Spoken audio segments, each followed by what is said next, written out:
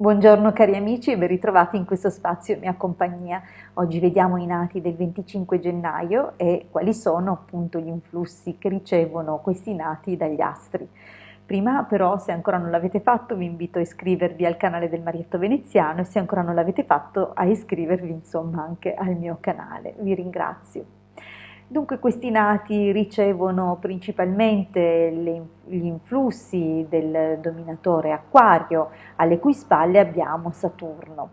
Questo li inclina comunque ad occuparsi o a interessarsi di questioni tecnologiche, ad avere comunque un carattere indipendente, anche intraprendente, molto intelligenti, sicuramente anche molto interessati a quelle che sono le tematiche sociali. Questi nati in particolare hanno poi un doppio fluido di Scorpione all'interno del loro quadrato di nascita e questo sicuramente li rende ottimi e assolutamente validi in tutti i corpi armati e a indossare qualsiasi tipo di divisa nella loro vita, potranno fare anche una bella carriera se lo volessero.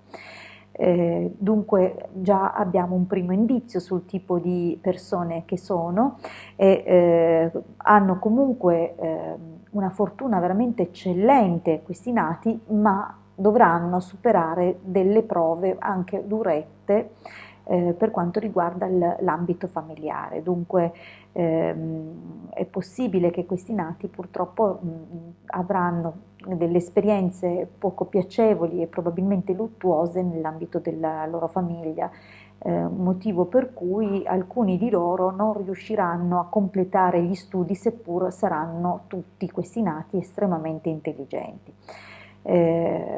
A causa appunto di grosse problematiche è possibile che qualcuno debba interrompere prematuramente il corso di studi.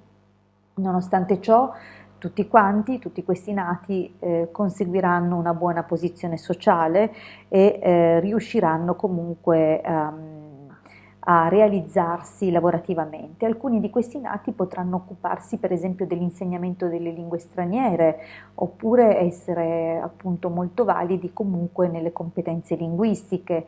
Altri si potranno occupare nel settore industriale e anche tessile, arredi d'interno di prestigio, comunque di quelle che sono abbellimenti, ma anche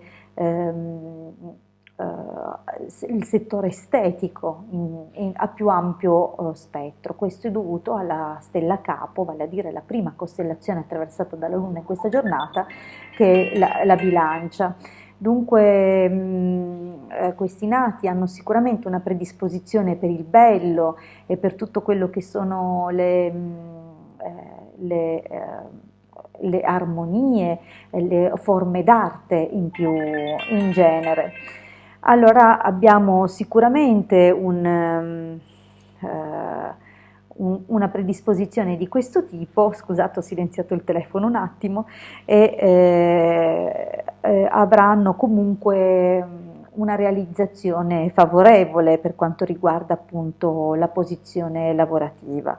Ehm, eh, Saranno comunque molto validi grazie proprio alla costellazione Bilancia che apre questo quadrato di nascita anche nelle collaborazioni e nelle associazioni.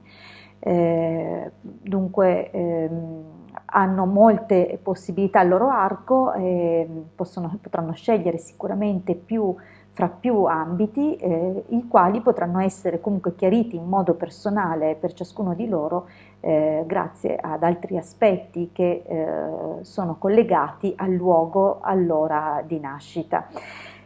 Dunque si può indicare di fare attenzione a certe età, ad alcuni cicli in cui potranno avere piccoli pericoli provenienti dal fuoco e alcuni vivranno possibilmente dei lunghi viaggi come esperienze nella loro vita, soprattutto nell'età 18, 36, 54, cioè ad anni pari che sono ritenuti appunto positivi per questi nati. Io vi ringrazio per avermi ascoltato fino qui e vi invito, se ancora non l'avete fatto, a iscrivervi al canale del Marietto Veneziano e se ancora non l'avete fatto, iscrivervi anche al mio canale. Vi ringrazio e ci rivediamo di nuovo qui sempre domani e sempre a quest'ora per le condivisioni sui nati del giorno. Un grande abbraccio dalla vostra Hildegarda, a presto!